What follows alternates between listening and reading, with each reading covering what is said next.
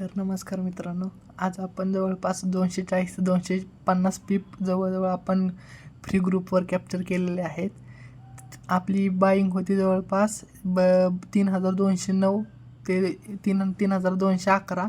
आपला S L होता 3206चा आणि आपलं टार्गेट होतं 3235.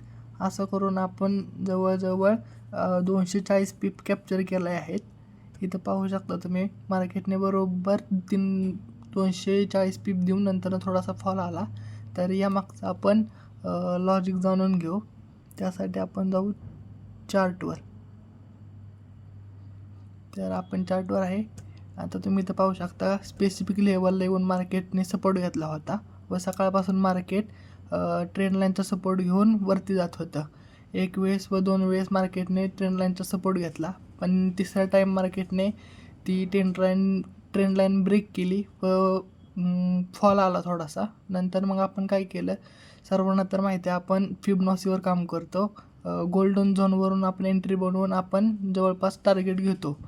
तर आपण काय केलं, ह्या स्पेसिफिक लेवलपासून आपण इथपर्यंत फिबोनाची टूल जो असतो 0.056चा तो आपण बरोबर ड्रॉ केला व आपण गोल्डन झोन मार्क करून घेतला. हा आपला होता गोल्डन झोन.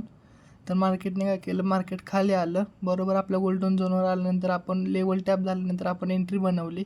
इथं जवळपास आपल्याला 70-80 पीप मिळाल्या, पण मार्केटमध्ये फॉल आला परत. पण बायर्स परत इथं ॲक्टिव्ह होते, म्हणून आपण काय केलं, इथं परत एंट्री बनवून जवळपास आपण इथपर्यंत असे 240 ते 250 पीप कॅप्चर केले आहेत.